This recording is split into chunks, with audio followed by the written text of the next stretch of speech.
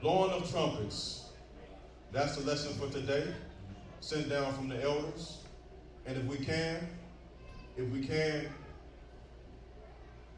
I hear, a little bit of chatter throughout the sanctuary.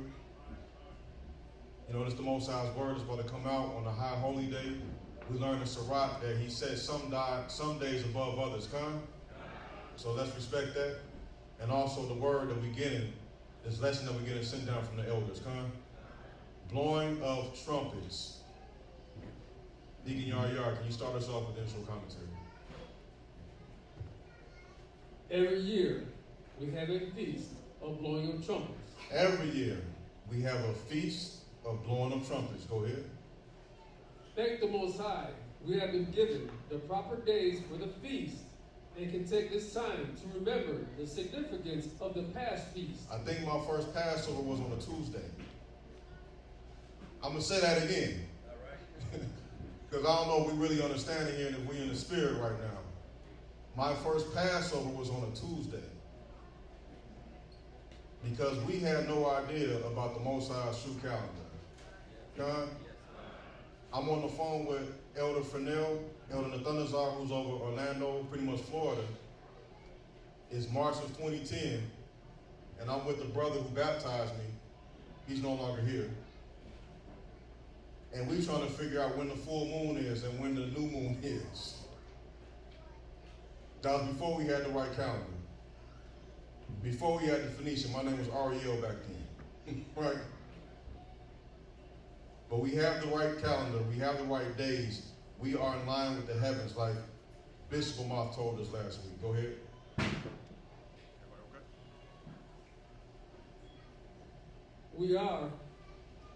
We also are to understand the significance of the trumpets going forward and how they link into prophecy. Here is a brief lesson in reference to the holy day. Right, so it's not too dense like last week. We got about 8 pages. That might not mean too much to anybody, but that's usually, we got about 12 to 15 pages, right? So we got about 8 pages. We're getting straight to the point, so let's all just take heed, huh? All right, we're starting off with Leviticus 23 and 23. Blowing of trumpets. And the Most High spake unto Moses, saying, Speak unto the children of Israel, saying, In the 7th month, in the first day of the month, shall ye have a Sabbath, a memorial of blowing of trumpets in holy convocation. Right. So in the 7th month, right, in the first day of the month, so we know that tomorrow is actually the real day of the blowing of trumpets. But also, what you have is that intercalary day, huh?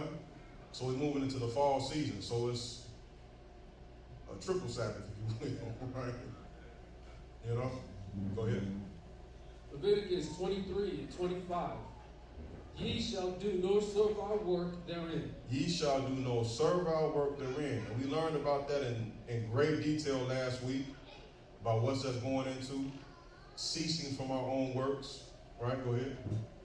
But ye shall offer an offering made by fire unto the Most High. So that's deep. It's saying, you shall do no servile work therein. So you shall cease from your own works, but you will do a sacrifice unto the Most High. Come.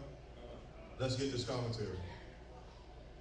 Every year we had a feast of the blowing of trumpets and blew them to gather the people together. Right, to gather the people together. Go ahead.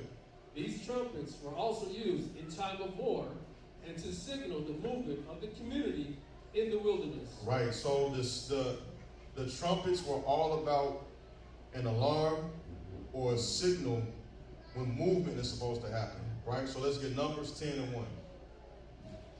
Numbers chapter 10, verse 1. And the Most High spake unto Moses, saying, Make thee 2 trumpets of silver. Of the whole piece shalt thou make them, that thou mayest use them for the calling of the assembly and for the journeying of the camps. And when they shall blow with them, all the assembly shall assemble themselves to thee at the door of the tabernacle of the congregation. Right. And notice it's of silver. That's its significance, right? Because silver is one of those metals that you have to get all the impurities out of, right? Go ahead. Numbers 10:4. And if they blow but with one trumpet, then the princes, which are heads of the thousands of Israel, shall gather themselves unto thee. Right, clear instructions. Go ahead. Numbers 10:5. When ye blow an alarm, then the camps that lie on the east part shall go forward. When ye blow an alarm the second time, then the camps that lie on the south shall take their journey. They shall blow an alarm for their journeys. But when the congregation is to be gathered together, ye shall blow, but ye shall not sound an alarm. Right, so you got different signals, right? Different amounts of horns being blown, different tunes, if you will. Everyone has his own symbol, so everybody is on the same page about what it means, where to go, and when. Right, go ahead. And keep that in mind that each alarm, if you will, or horn being blown, has its own distinct sound, so everybody can hear it and know what this means, and that represents a particular movement that needs to happen. So keep that in mind in the back of your head for the rest of this lesson. Come.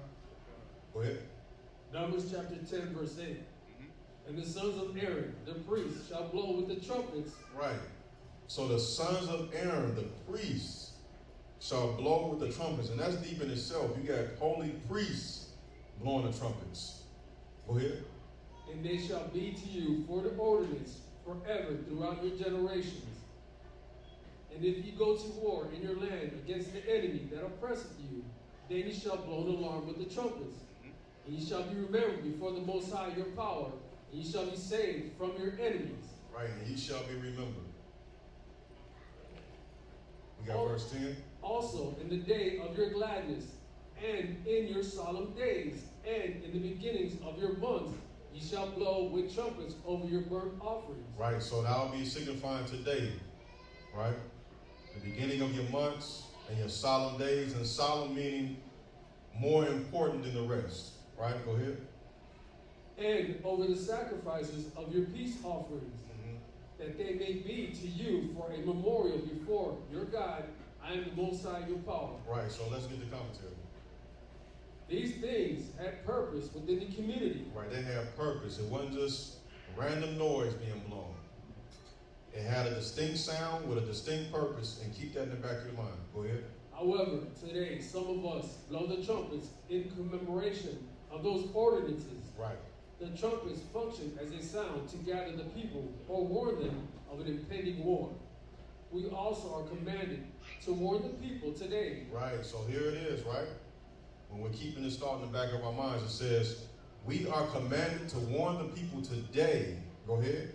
To gather together as if we were to function in the same purpose as that trumpet. Right, and Elder Ricard's lesson today, he goes into how this is a celebration of the trumpets being blown. Come, let's get Isaiah 58:1 now. Isaiah 58:1. Cry aloud. It says, cry aloud. Spare not. Lift up thy voice like a trumpet. Right. Every Hebrew is probably saying that today right now on the streets, right? This scripture gets read at least one time on the streets. Go ahead. And show my people their transgression, and the house of Jacob their sin. Because how else would they know?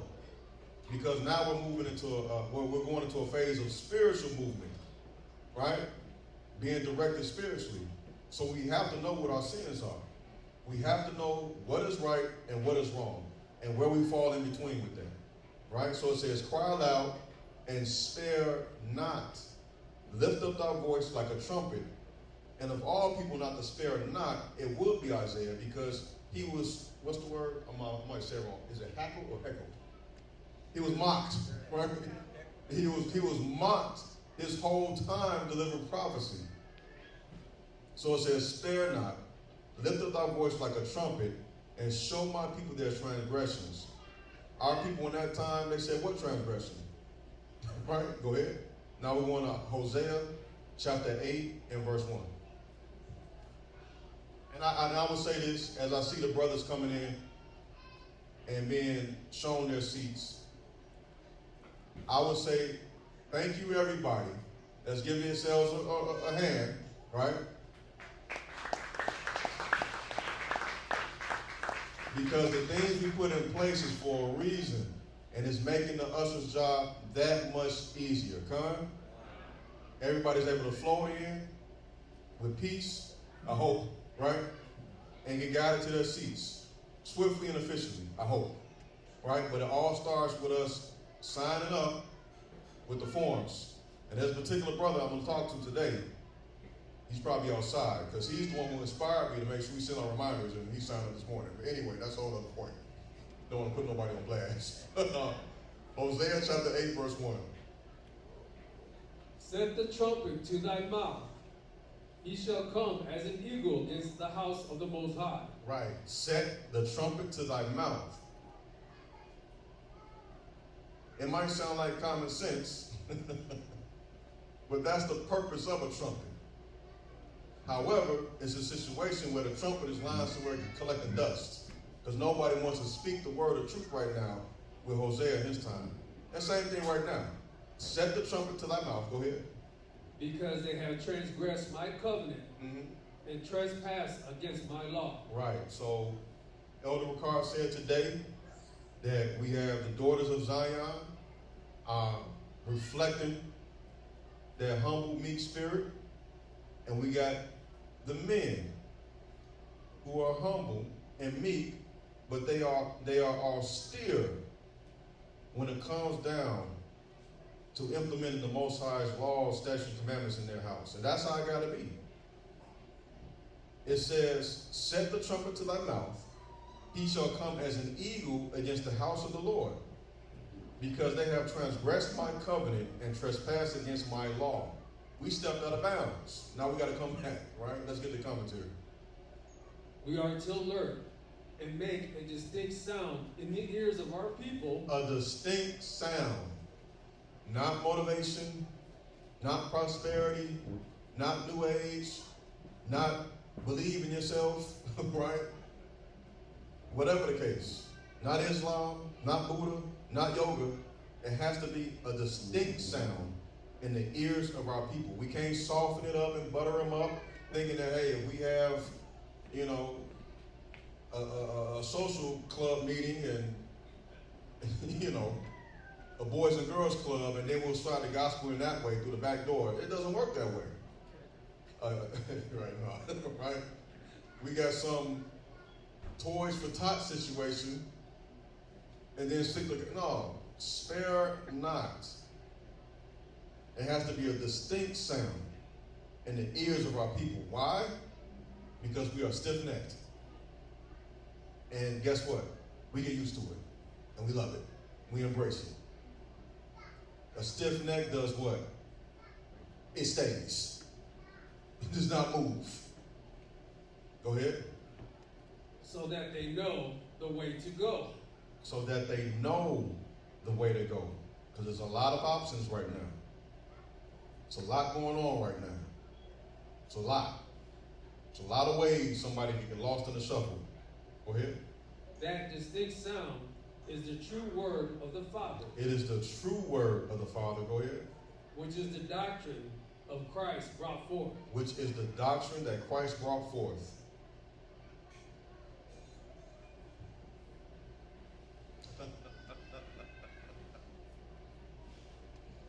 I went to Barnes and Nobles on Milwaukee and Damon.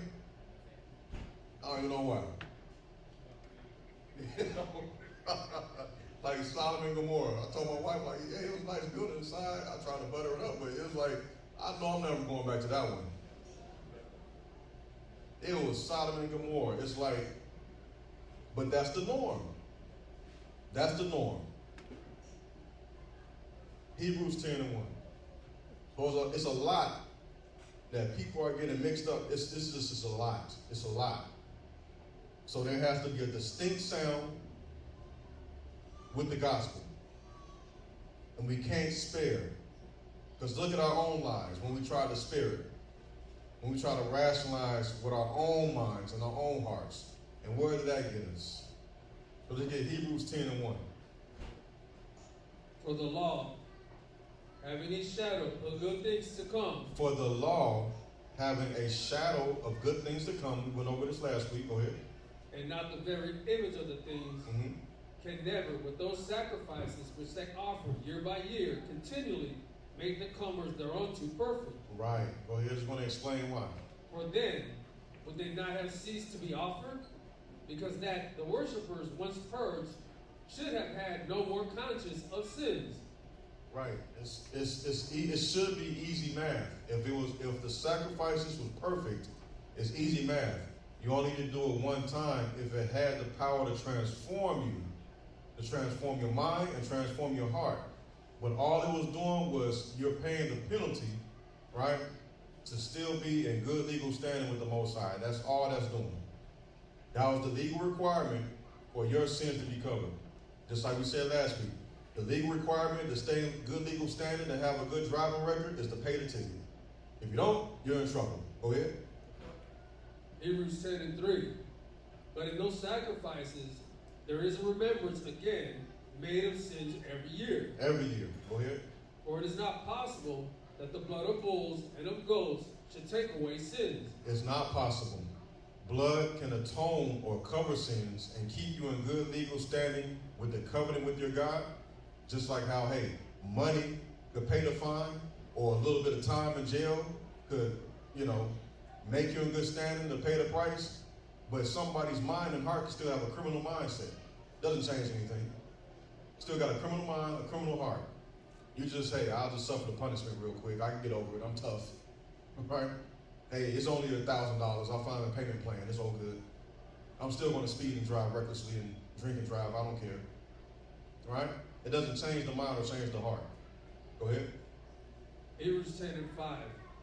Wherefore, when he cometh into the world, he said, Sacrifice and offering thou wouldest not, but a body hast thou prepared me. Right. Let's get the commentary on this. Even the law of sacrifices, offerings, and trumpets were still foreshadowing a greater event. Right. So let's pause on that. It says the law of the sacrifices, which we just read in Hebrews 10, and the offerings, and the trumpets, which we already read in Numbers, right? Excuse me. We're still a foreshadowing of a greater event. Go ahead. Of a greater event to go down in the earth. Right. So just like how we talked about last week, we pretty much said in general, right, the law being a foreshadowing of things to come, of greater things to come. So the trumpets being part of that law is right in line with it, and that's what we're going to focus on for the rest of this lesson pretty much. Go ahead. The trumpet is being blown so that the people can gather to understand and accept the sacrifice. And check that out. The trumpet is being blown as we speak, but it has a distinct sound. Some people hear noise, they're a little confused. Some people don't hear anything at all, right? Just going about life. But some people, the people that's in this room, they heard the distinct sound and they began to move. Go ahead. To understand and accept the sacrifice that Christ became for us all to make it into the kingdom. Right. It also showed that with that sacrifice will come forth the law, just like it came forth from the temple. Mm-hmm. Let's look at another instance of significance where the horns were being used. Right. So we're going to go to the story of Joshua, of course. But it's something within this story that's we're going to highlight with this commentary that follows, right? So Joshua chapter 6, we'll start at verse 1. We'll read this story. Now Jericho was straitly shut up because of the children of Israel. None went out and none came in. So that's because, remember the harlot Rahab, she had told the spies already that we heard about you and what your God does for you, right? So the whole city is boarded up, the city is closed up. Nobody in, nobody out. Go ahead. Joshua chapter 6, verse 2. The Most High said unto Joshua, See, I have given into thine hand Jericho, and the king thereof, and the mighty men of valor. And ye shall compass the city, all ye men of war, and go round about the city once. thus shalt thou do 6 days. Right, all you men of war, because you got to remember that we weren't just peasants, poor peasants, right? By this time, this is 40 years in the wilderness and 40 years of extensive training, extensive battles being fought, right? Being led by Moses, who was a general in Egypt, and then his understudy Joshua. Go ahead. Joshua chapter 6, verse 4. And 7 priests shall bear before the ark 7 trumpets of rams' horns. And the 7th day ye shall compass the city 7 times. And the priest shall blow with the trumpets. Right, and we all know 7 is completion. So that's why we want to keep hearing 7. So think about that, right? The 7 priests shall bear before the ark 7 trumpets of ram's horns. And the 7th day ye shall compass the city 7 times. And the priest shall blow with the trumpets. Go ahead. Joshua chapter 6, verse 5. And it shall come to pass that when they make a long blast with the ram's horn, and when ye hear the sound of the trumpet, all the people shall shout with a great shout, and the wall of the city shall fall down flat, and the people shall ascend unto every man straight before him. And the thing about Jericho, it was known for the walls. That was the main thing. It was known for the walls. Who could penetrate those walls, right? But it's our shout and our trumpets through the power of the Most High. Go ahead. Joshua chapter 6, verse 6. And Joshua the son of Nun called the priests and said unto them, Take up the ark of the covenant. Right, take up the ark of the covenant. The Most High's power and presence, right in there. Go ahead. And let 7 priests bear 7 trumpets of rams, horns before the ark of the Most High. And all this talk we be doing, I think we be forgetting about the ark of the covenant getting back. Us getting the ark back, right? So that's just crazy to think about in itself. We already see what the Most High is doing in the earth, right? Waking his people up. Jew and Gentile alike. Gentile alike, right? Those who are called. The whole earth just knows what's going on now. And we haven't even touched on the Ark of the Covenant yet, right? Go ahead. Joshua chapter 6, verse 7. And he said unto the people, Pass on, and compass the city, and let him that is armed pass on before the ark of the Most High. Right. And it came to pass, when Joshua had spoken unto the people, that the 7 priests bearing the 7 trumpets of rams' horns passed on before the Most High, and blew with the trumpets, and the ark of the covenant of the Most High followed them. And the armed men went before the priests that blew with the trumpets, and the reward came after the ark. Right. Just the rear guard, that's all. The priests going on and blowing with the trumpets. And Joshua had commanded the people, saying, Ye shall not shout, nor make any noise with your voice, neither shall any word proceed out of your mouth until the day I bid you shout. Right, ye should not shout. So those was clear instructions as well. Go ahead. Then ye shall shout. Joshua chapter 6, verse 11. So the ark of the Most High compassed the city, going about it once, and they came into the camp and lodged in the camp. And this is a whole 7-day ritual that just tortures the people of Jericho. Because you're seeing this whole massive army make a lap around your city. And you just wonder, like, what's going on? Go ahead. Joshua chapter 6, verse 12. And Joshua rose early in the morning, and the priests took up the ark of the Most High, and 7 priests bearing 7 trumpets of ram's horns before the ark of the Most High went on continually, and blew with the trumpets, and the armed men went before them. But the reward came after the ark of the Most High, the priests going on, and the blowing of the trumpets. Right. Joshua chapter 6, verse 14. And the 2nd day they compassed the city once, and returned into the camp. So they did 6 days. And it came to pass on the 7th day that they rose early about the dawning of the day, and compassed the city after the manner 7 times. Only on that day they compassed the city 7 times. Following the clear instructions, go ahead. And it came to pass at the 7th time, when the priest blew with the trumpets, Joshua said unto the people, Shout, for the Most High hath given you the city. Right. And mind you, our people already, I think what it was, Judah and Simeon, or who is it, in Egypt, when they made the walls quake in Egypt, and miscarriages happen, right? Yeah. So you can only imagine. Go ahead. Joshua chapter 6, verse 17. It was the war cry, right? Go ahead. And the city shall be accursed, even it, and all that are therein, to the Most High. Only Rahab the harlot shall live, she and all that with her in the house, because she hid the messengers that we sent. Mm-hmm. And it says, the city shall be accursed. And it just makes me think about Babylon right now. It says, the city shall be accursed, even it and all that are therein. Go ahead. Joshua chapter 6, verse 18. And ye, in any wise, keep yourselves from the accursed thing. Right, so keep yourselves from the accursed thing. So while these trumpets are being blown real time with us right now, we have to keep ourselves from the accursed thing. Go ahead. Lest ye make yourselves accursed, when ye take of the accursed thing, and make the camp of Israel a curse and trouble it. Right. But all the silver and gold and vessels of brass and iron are consecrated unto the Most High.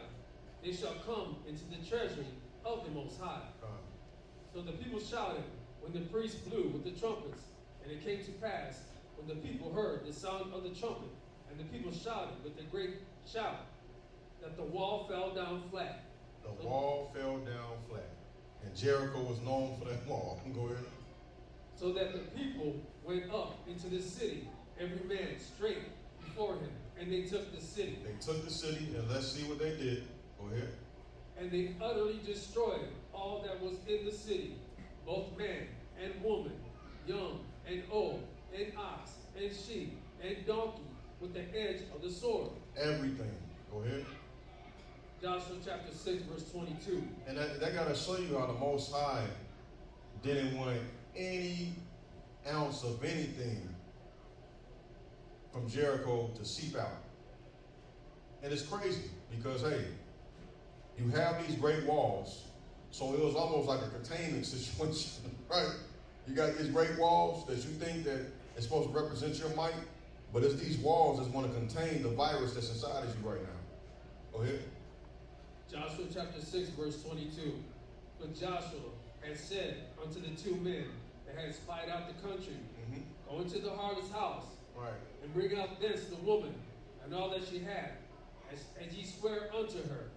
And the young men that were spies went in, and brought out Rahab, and her father, and her mother, and her brethren, and all that she had. And they brought out all her kindred, and left them without the camp of Israel. Right, because out the whole city, she's the only one that had faith to recognize what was really going on. Let's get this commentary to see how it wraps up with the 7. Go ahead. This situation is significant in the destruction came at the last of 7 trumpets. Right, so the destruction came at the last of 7 trumpets, and this was pretty much the last obstacle that was in the way for the children of Israel. Go ahead. And we are to look at the future trumpets which will and have come to pass as destruction comes upon the earth. Right. So let's get Revelation chapter 8, verse 1. And when he had opened the 7th seal. So here it is with 7 again. So it's 7 seals, 7 books. Go ahead. There was silence in heaven about the space of half an hour. Excuse me, 7 vials, Go ahead.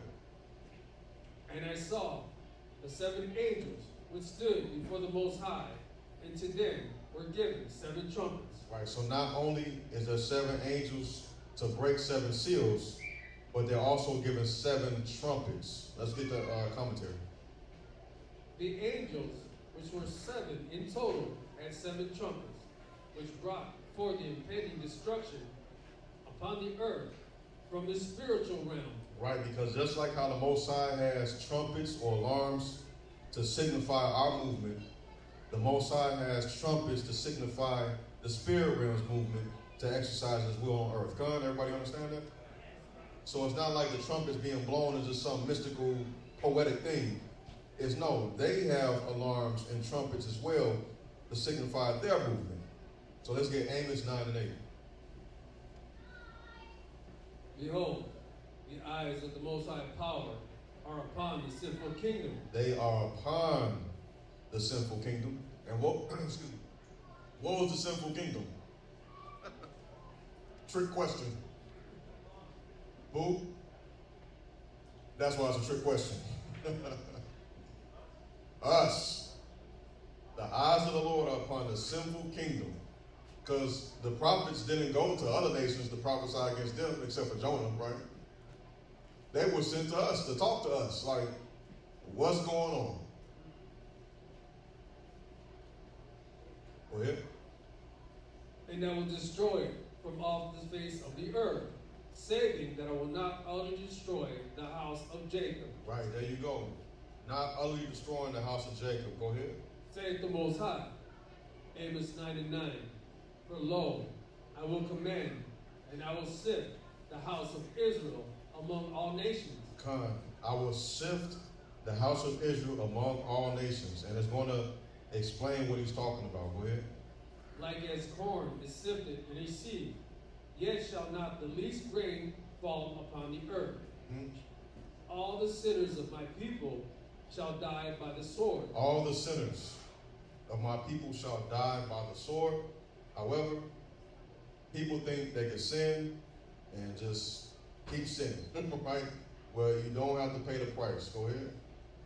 Which say, the evil shall not overtake nor prevent us. And that's the mindset. That's the mindset. Hey, it wasn't my child, so I must be fine. It wasn't my husband or wife, so I must be fine. Right? It wasn't my job, it wasn't my car, it wasn't my bank account, so I must be fine. It says the evil shall not overtake nor prevent us.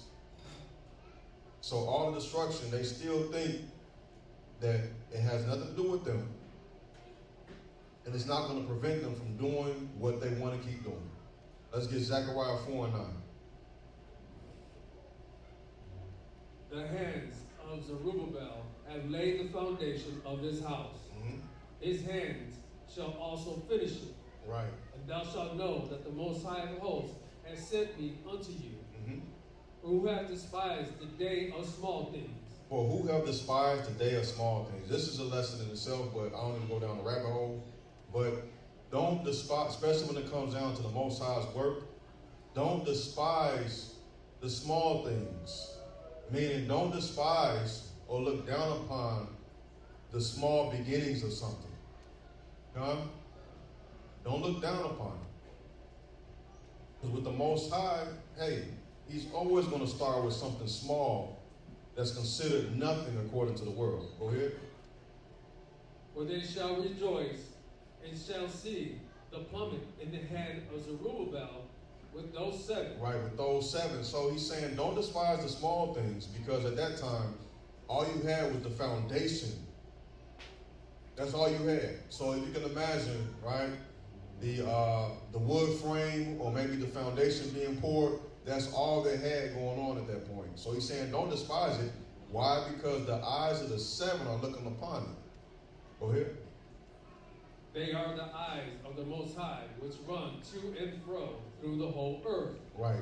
So this whole part with Zechariah was just pretty much to reinforce how the Most High has 7 angels, right? And they are called his eyes. And these 7 angels have a responsibility. Let's get the commentary. There are 7 angels which oversee all the situations of man. So these 7 angels, that's their responsibility. They oversee all the situations of man, and also they was given the responsibility of blowing these trumpets. Go ahead. With several angels under them. These are called the Most High's eyes, and are in charge of the trumpets, which shall bring forth his purposes. Right, so just like how you had the 7 priests, each with a trumpet, to signify what's going on, you have the 7 angels doing the same thing. So let's get Revelations 10 and 7. Now, we're going to be in Revelations for a little bit, chapter 10, 11, and 16. but 10 and 7 first. Revelation chapter 10, verse 7. More about these 7. But in the days of the voice of the seventh angel, when he shall begin to sound, the mystery of the Most High shall be finished. Right, the mystery of the Most High shall be finished. So it says, in the days of the voice of the seventh angel, when he shall begin to sound, the mystery of the Most High should be finished. Go ahead.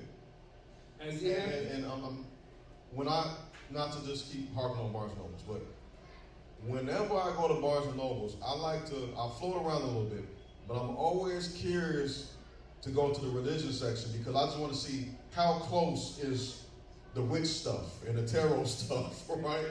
Because like you bombarded, you trying to look at a Bible, but it's a witch book right here, or a tarot book right here, right? But the mystery of the Most High, hey, it'll get revealed. Go ahead. as he had declared to his servants the prophets, and the voice which I heard from heaven spake unto me again. Right, the voice which I heard from heaven spake unto me again. Go ahead. And said, Go and take the little book which is open in the hand of the angel which standeth upon the sea and upon the earth. Now we got chapter 11, verse 15 now. Revelation chapter 11, verse 13. And John is seeing all of this. Right, go ahead. And the seventh angel sounded, and there were great voices in heaven. There were great voices in heaven. Go ahead. Saying, the kingdoms of this world are become the kingdoms of our Lord. And the whole earth is waiting to see who's going to press the button first. That's what's going on right now. Who's going to press the button first? Whose economy is going to win? Whose army is the biggest? And who's going to press the button first? That's what the whole world is thinking about right now. Who's going to control the oil? Who's going to control the central banks? Whose economy, right? Whose policy is going to rule? And who's going to press the button first? However, the kingdoms of this world are become the kingdoms of our Lord. Go ahead. And of his Christ, he shall reign forever and ever. And that's what happens with man. The same story over and over and over. How man, hey, just think they know better. That's the story of man, unfortunately. Let's get verse 16. Revelations 11 and verse 16. And the 24 elders which sat before the Most High on their seats fell upon their faces and worshipped the Most High, saying, We give thee thanks, O Most High Power Almighty, which art and was and are to come, because thou hast taken to thee thy great power and hast reigned. Right, and it's deep, because that whole scene right there is deep, because it's like, they know, they're able to recognize.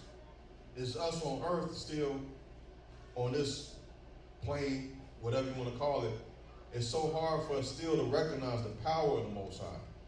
Let's get verse 17. Oh, that's it, right? Yes, sir. All right, now chapter 16, verse 17. That's why Jacob seeketh the sign. Like, hey, we need a sign. We need to see the skies open. We need to see the fire and brimstone. And then after that, we'll think about it. Right? Verse 17. And the seventh angel poured out his vial into the air. Right. So that's what I meant, like when I misspoke with the different seals. So the seventh angel poured out his vial into the air. Go ahead. And there came a great voice out of the temple of heaven from the throne, saying, It is done. It is done. Go ahead. And there were voices, and thunders, and lightnings, and there was a great earthquake, such as was not seen since men were upon the earth. And that's saying something, because remember there was an earthquake that went in tangent with the flood. That separated everything.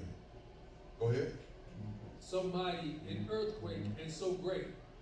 And the great city was divided into 3 parts. The great city, what great city? Go ahead. And the cities of the nations fell, and great Babylon came in remembrance before the Most High. Because Babylon thinks that it's just going to keep going on forever and be the leader of the free world. But it says Babylon came into remembrance before the Most High. Go ahead. To give unto her the cup of the wine of the fierceness of his wrath. And every island fled away, and the mountains were not found. Like all the geography changed. Go ahead. Revelation 16:21, and there fell upon men a great hail out of heaven. And check out how large this hail was, because we think it's something when it's, like the quarter size or the dime size hail. Go ahead. Every stone about the weight of a talent. Give or take 80, 100 pounds, right? Go ahead. And men blasphemed the Most High because of the plague of the hail, for the plague thereof was exceeding great. Let's get the commentary. With these 7 angels will come great destruction, and we are to be aware of those trumpets as they are a sign that a serious spiritual war is soon to come. Right, a spiritual war, a serious spiritual war. Go ahead. Let's look at what signs we are to see in those days when the trumpets are sounding. So, if it's going to be a distinct sound through the gospel, right?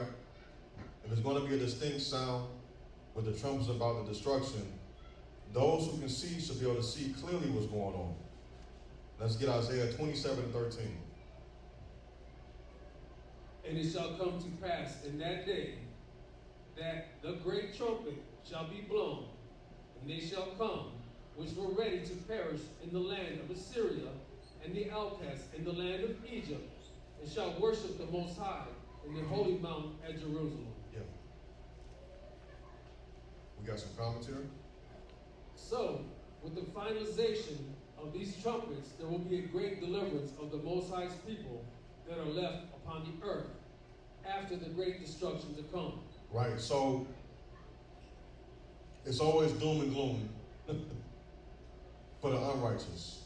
But it says, so with the finalization of these trumpets, there will be a great deliverance of the Most High's people that are left upon the earth after the great destruction to come.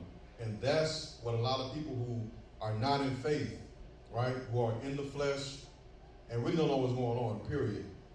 They see the destruction coming and are confused and don't know what to do.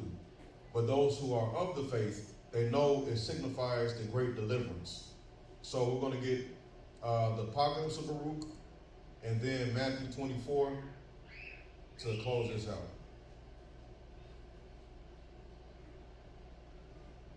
This is the Apocalypse of Baruch,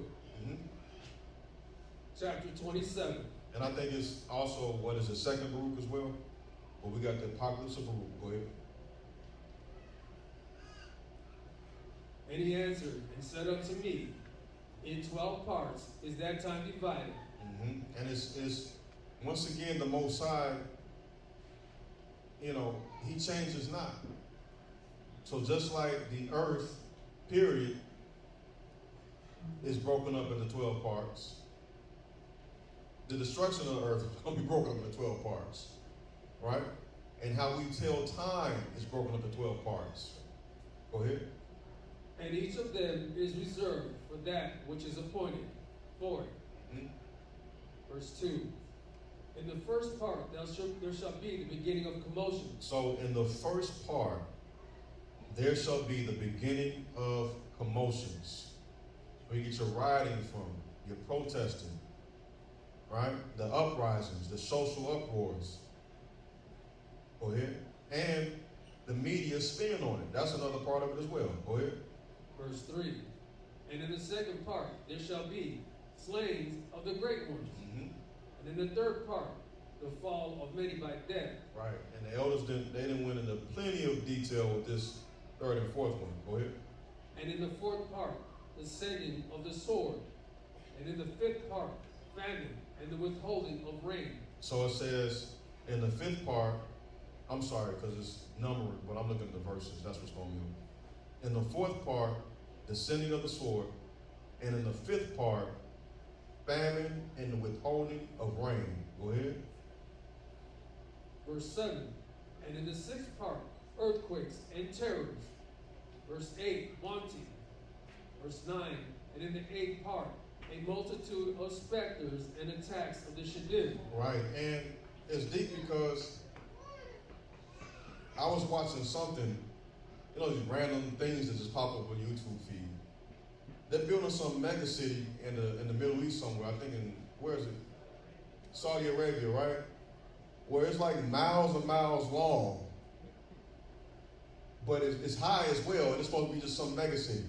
And then I remember when I was like 12 or 13 watching Ripley's Believe It or Not, right?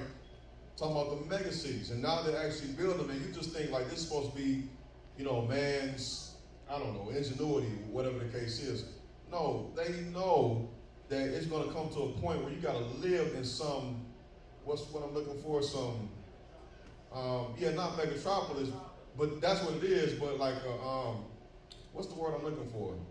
Yeah, contained, it's another word I'm looking for, like some artificial environment, because everything else is going to be, hey, we have nothing.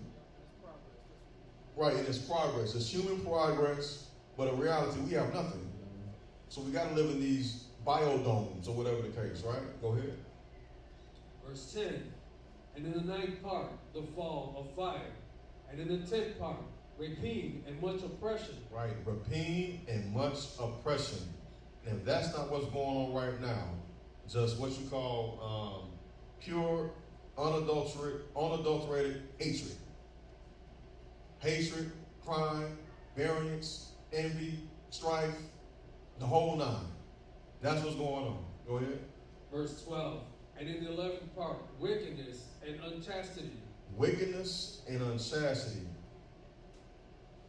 I forgot what we were talking. It was at the barbecue, a few of us.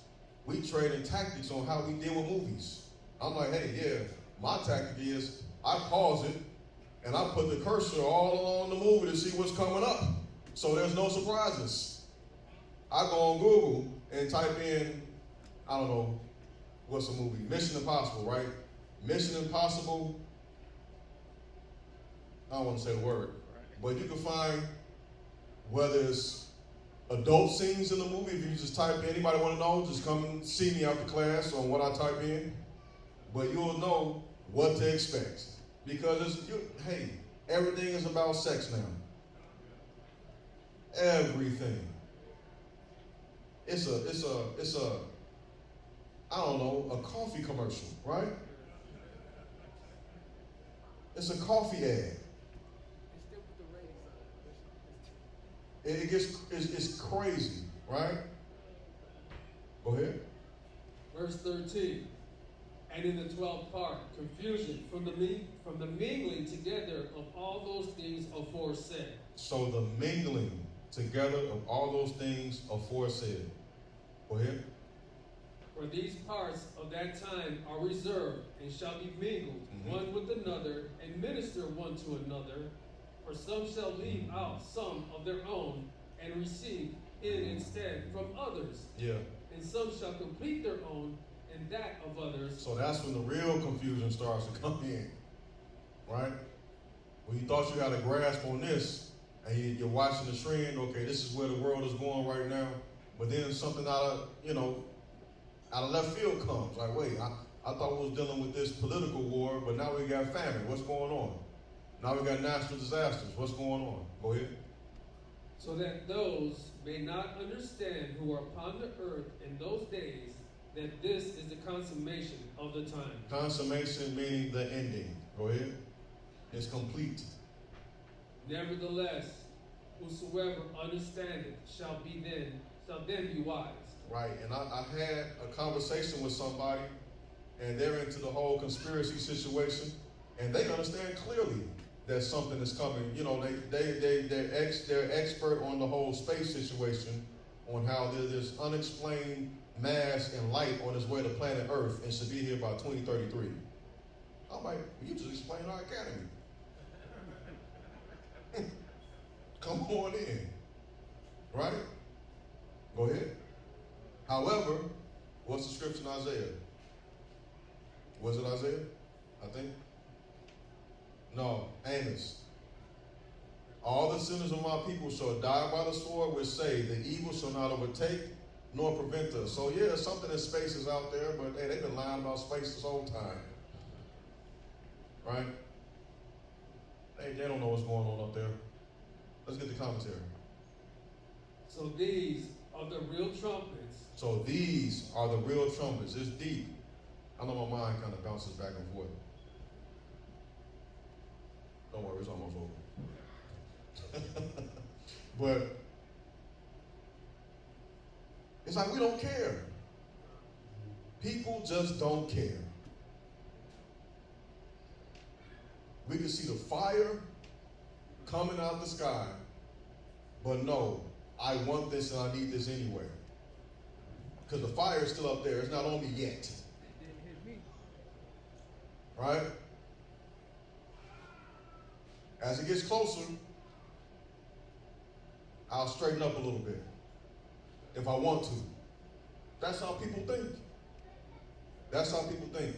That's why it has to be a distinct sound with the trumpets and a distinct sound with the gospel. So there's no fuzziness. We all know what to do now. We all in this room, we know what to do. We're not going to be caught off guard like everybody else. Like, we see the fire, but still I want to sin. Right? So let's get the commentary.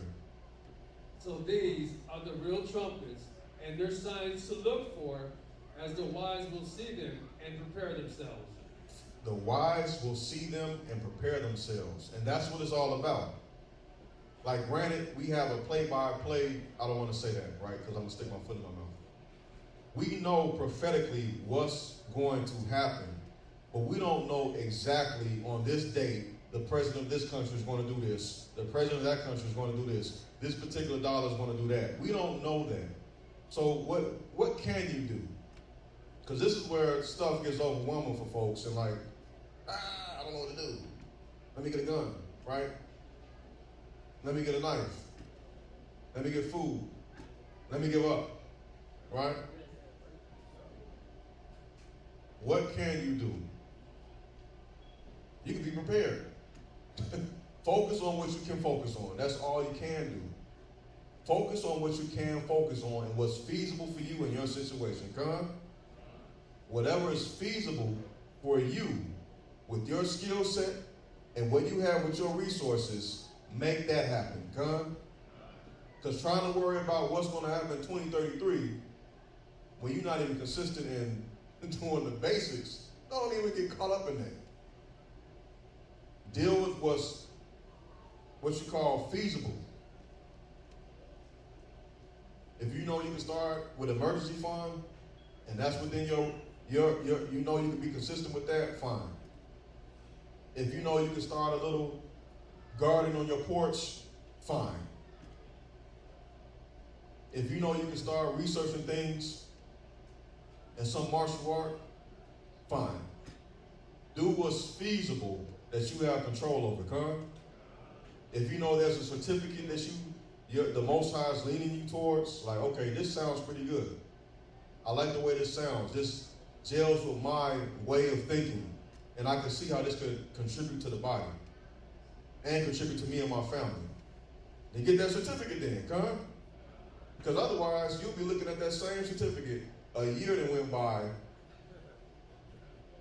You know what you get haunted by now? Google has a special thing called Remember This Day. And you look at the picture like, man, that was already a year ago? Huh? So let's not get lost in the weeds, lost in the shuffle, stuck. When there's things we can do, concrete things we can do right now that are very feasible within our skill set, huh? All right? Can you just read this commentary from the top? So these are the real trumpets, and their signs to look for, as the wise will see them and prepare themselves. Right, the wise will see them and prepare themselves. Go ahead. We, who are wise, are to see these things and not fear, but thank the Most High that we can hear the trumpets, even when the rest of the world ignores the signs. Even when the rest of the world ignores the signs. It's WWF in real life right now. The ring show, right? Where everything got a narrative. You got Vince McMahon out there. You got the guys with the cameras with the interviews, and it's all staged, but you just want to believe it's real. That's what's going on right now. We want to believe this is real so bad. We want to believe this thing is real so bad. Look at him, he's bleeding. We want to believe it, right? Let's get Matthew 24:4. And Yeshua answered and said unto them, Take heed that no man deceive you. Take heed that no man deceive you. And that's what the world has done.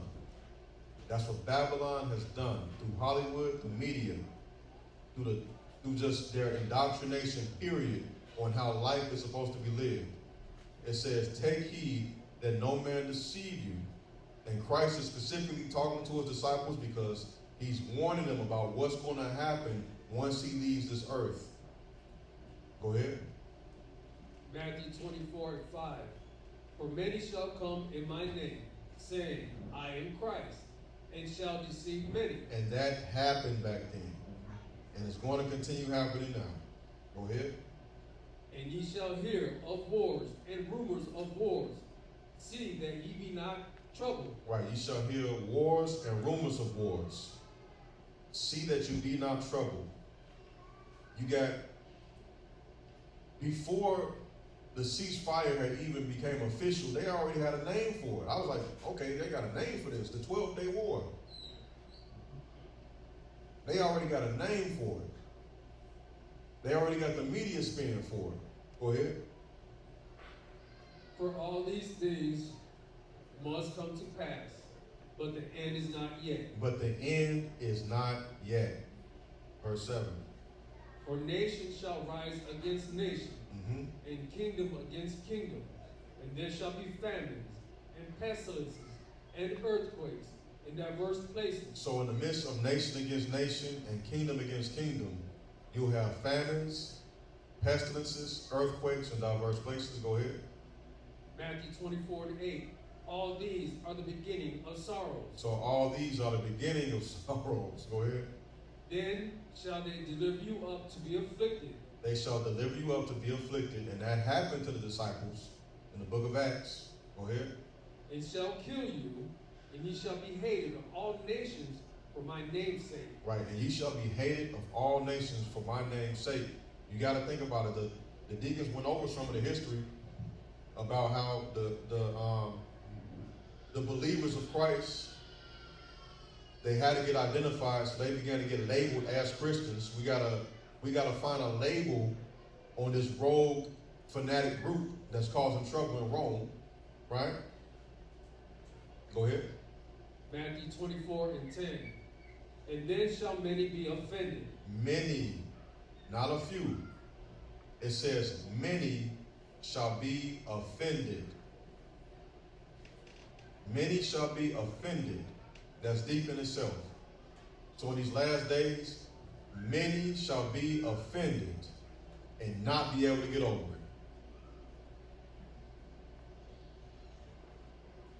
Many shall be offended and not be able to get over it. Go ahead. And shall betray one another. And because they cannot get over it, evil begins to fester. They don't take the beam out of their own eye, right? They start looking at their brother and calling him Rakah. They want to bring him before the judgment seat because I need judgment on this evil person in front of me right now. I hate the fact I have to see him. I hate the fact I have to see her, right? Off with his, off with her head. By any means necessary. So I have to betray this person, go ahead. But betray in the Greek also has another connotation that's deep in itself. Because betrayal also is talking about how you're not even willing to come to terms. So I may do something that seems like betrayal, right? I might do something to Deacon Yard that seems like betrayal just based on our opinion. But think about what it's actually talking about. That's what makes this real deep as well. That in order to betray, you need something to betray. Contracts, covenants. And everything was covenant-based back then, where if I have a friendship with Yard, we have a covenant. Right? If we have an agreement on something where I'm going to work on his land for X amount of days, that's a covenant. Not only do we just say it verbally or shake on it, we have a whole sacrifice situation on it. Break bread and everything. And say, if I break this covenant, may what happened to this animal happen to me. But many offended, who cares, right? I'm going to betray everything because he's evil. Go ahead. And I'm tired of her, right? Go ahead. Continue in Matthew 24:10. And shall hate one another. And shall hate one another. So this is the core that's going to get us through this. Right? We could watch survival documentaries all we want. We could look like Rambo. You could just drop any of us into the jungle and be able to survive. But if we still hate somebody that's back at home while we're surviving in the jungle, it's all for naught. Go ahead. Matthew 24:11. And many false prophets shall arise, and shall deceive many. And that happened the day that Jerusalem was burned, was the same day that the man that was paid off to tell the people, hey, don't worry. The Most High will deliver us like he always has. And he had a nice, eloquent speech. Many will be deceived by false prophets. Almost went on a tangent. Go ahead. Matthew chapter 24:12. And because iniquity shall abound. And because iniquity shall abound. That's not just regular sin. That's not a oops, my bad sin. I didn't know sin. That's I don't care sin. I know it's wrong. Pedal to the metal. I don't care. Go ahead. The love of many shall wax cold. Because now that person who's pedaled to the metal with sin, they go down all the stages at the end of Romans chapter 1 with that reprobate mind. Go ahead. Matthew chapter 24:13. And if you filled with sin, how can you love? Because love, this love, is an attribute you get from the Holy Spirit through Christ. We didn't know this love until we got baptized with the Spirit of Christ, with given the gift of the Holy Spirit. We didn't know that type of love. We may have been nice people, right? A lot of us may have been nice people. Good to friends, good to family, good to neighbors, the whole nine. But this type of love that's spiritual, we didn't know that love. And if you're filled with sin, you're not going to be able to operate with that spirit. Go ahead. Matthew 24:13. But he that shall endure unto the end, the same shall be saved. Endurance. The race is not to the swift. Go ahead. And this gospel of the kingdom shall be preached in all the world for a witness unto all nations. Because, hey, the Most High winks at all of our ignorance. So all the nations are going to get a chance. And especially through the internet, right? All the nations. I think it was Deacon Zion sent me, or was it, I can't remember if it was Deacon Zion or Overseer Todd sent me, I might have it wrong, it might be somebody else anyway. What's the brother's name, the power forward with the Bulls? Horace Grant. He got on fringes. So it's like, who was that? Was that your Taj or? It wasn't either, y'all. All right. It was somebody else then. It was Karatazar Reggie. Yeah, kind of. Horace Grant got on fringes. Hebrew, right? So it's like the world knows, and the world has equal opportunity to get it right. But this gospel is going to be a witness, right? So think about that. In those final judgments, they're going to pull up the records. You had your chance. You heard this. You had the chance to correct it, but you didn't, right? Go ahead. And again from the top. Matthew 24:14. And this gospel of the kingdom shall be preached in all the world for a witness unto all nations, and then shall the end come. When ye therefore shall see the abomination of desolation spoken of by Daniel the prophet, stand in the holy place. Whoso readeth, let him understand. Right, and obviously this is talking about 70 AD, but the elders let us know through lesson upon lesson, hey, nothing new under the sun, right? There's going to be 70 AD times 10. Go ahead. Then let them which be in Judea flee into the mountains. Let them which be in Judea flee into the mountains. Go ahead. Let him which is on the housetop not come down to take anything out of his house. When we were so-called thinking we about to go to Egypt, I drove my car. I don't know what I was thinking my car was going to do. I guess I was going to leave it at the airport. I don't know. But our mindset was like, we got to go. I got my oil changed. We drove down there. And I guess I was going to leave my car right in front of where you go. Because back then, things were different with airports. You just drive up there, right? I guess I was going to leave my car right there. Right? That's the mentality. There's no need to go back in your house. There's no need to be like Lot's wife and keep looking back and have Babylon in your heart. You got to be able to just drop it. Huh? Nothing is here for us. Nothing is here. We can make a living here, don't get me wrong. But as far as like dreams, aspirations, that's somebody else. We living in somebody else's mind right now. What they think a society should look like, what they think a culture should be. That's not what it is. That's not truth. It may be true that, yeah, you could work hard, get a degree, live somewhere nice, and have a happy life, so-called. That might be true, but that is not the truth. Huh? This place was built for a whole different reason than the narrative of the American dream. Go ahead. Matthew 24:18. Neither let him which is in the field return back to take his clothes. Hey, when you in the field and you working and you see what's going on, go. I remember the brother who baptized me. They were selling stuff because everything was on a what are those people called? A travel agent, right? The travel agent got the tickets, right? But they were still short.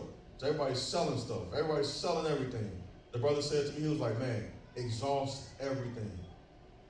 I said, okay. They was down there selling CDs, taking CDs to the pawn shop just to get any little money they could to help to put that money in that pot for those tickets. I said, okay, I'm up here in Chicago.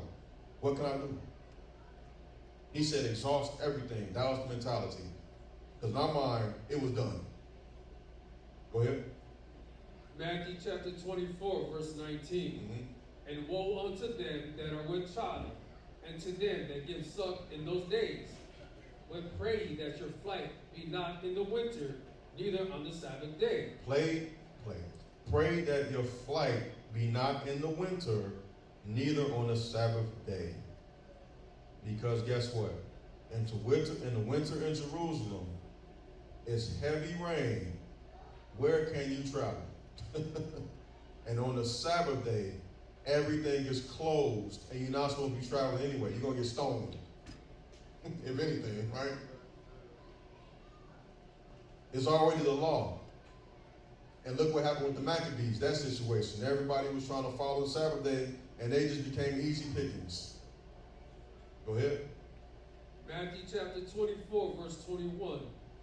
For then shall be great tribulation. And mind you, on the Sabbath day, all the gates to cities, there's no refuge. You're just out there by yourself. So that's the image Christ is trying to portray right there. That it's winter, horrible traveling conditions, and then also during the Sabbath, you're not going to get any help because nobody's out there. All the city gates are closed. Nobody's going to be out there for a network for refuge. Nothing's going to be out there to help you, right? He's trying to give you an image, or them an image. Go ahead. Because they didn't even know about doing good on the Sabbath, so that was just, they didn't even understand it. So the only people you're going to run into is the Pharisees with a stone wind up their arm, right? Go ahead. Matthew 24:21. Finish it. Such as was not since the beginning of the world to this time, no, nor ever shall be. And except those days should be shortened, there should no flesh be saved. No flesh be saved.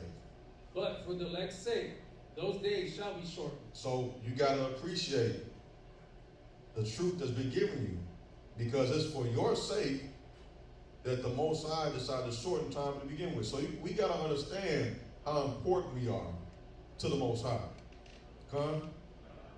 Everybody in this room who's answered the call, you have to realize how important you are to the Most High.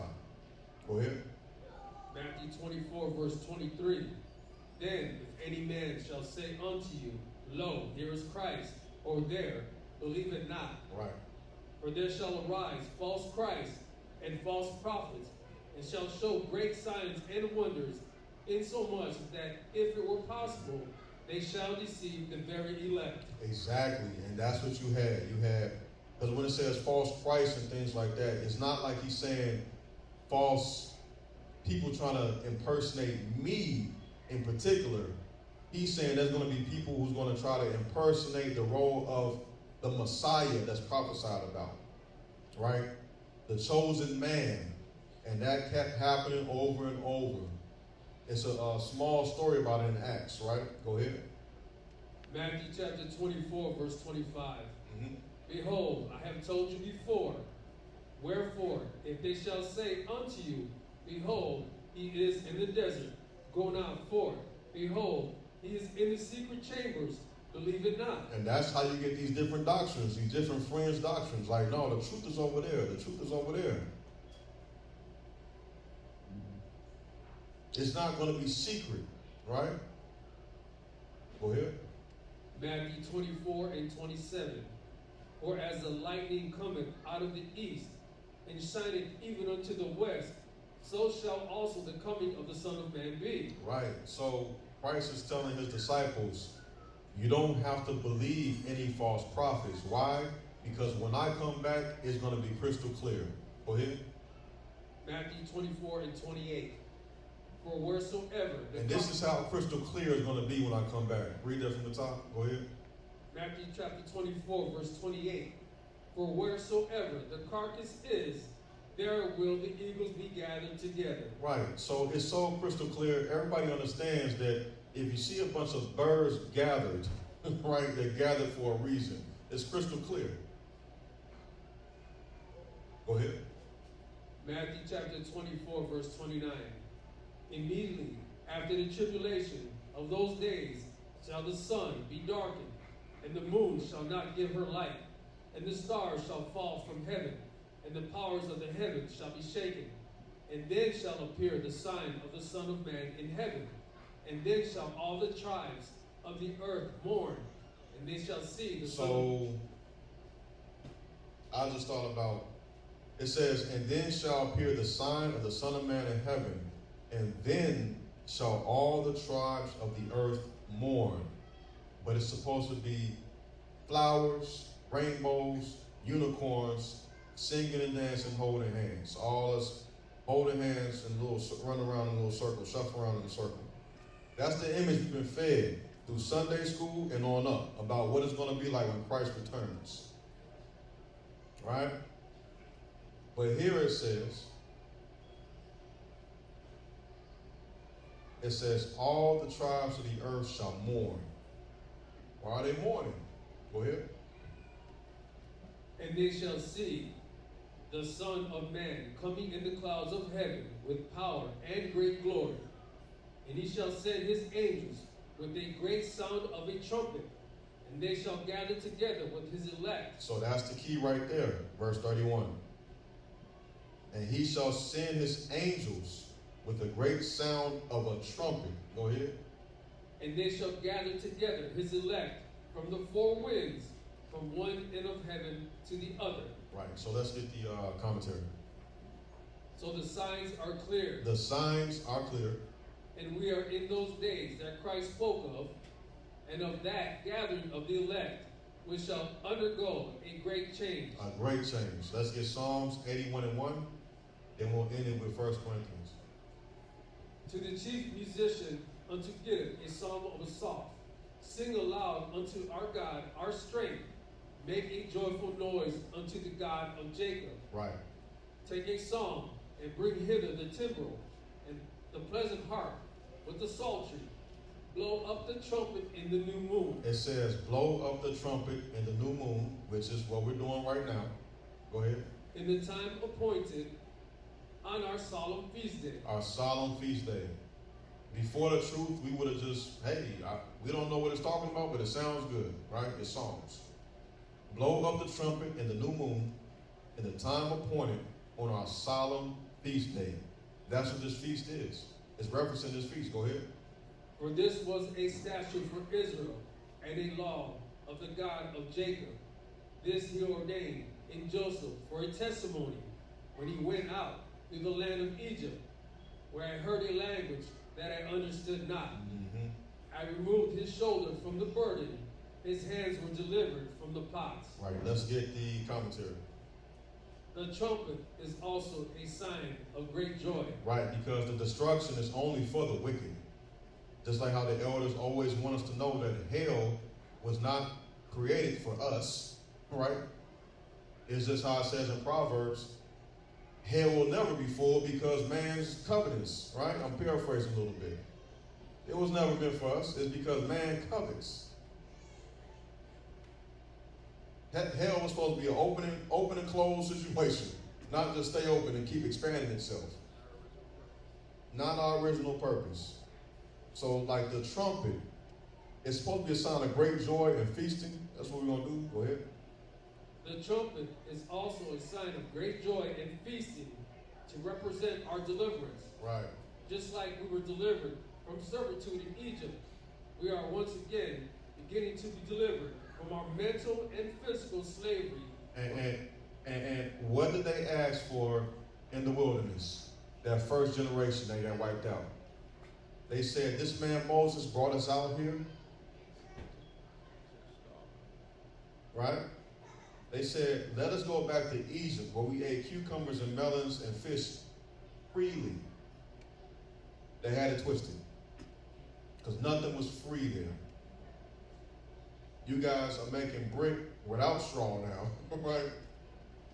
But you're able to get your comfort, right? You're able to get what you want within that box that your brain has stayed in. You're able to get easy access to that. Moses, through the Most High, was trying to expand them. Let them know it's something bigger out there and greater out there for you. You just got to wake up to it. That's why I say, hey, the lust thereof, the lust of the world, all this is going to pass away. And what are you going to be left with? It says, and it's deep, Elder Ricard, when he sang that song today, first couple lines of the verse, he was like, I stepped up in my BMW, right? Nothing against BMWs. But you got to listen to the song and the narrative that he's saying. Because that man just thought he had everything going on. Everything was set.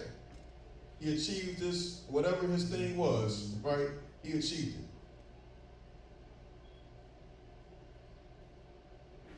Whatever his thing was, he achieved it. It says the trumpet is also a sign of great joy and feasting to represent our deliverance.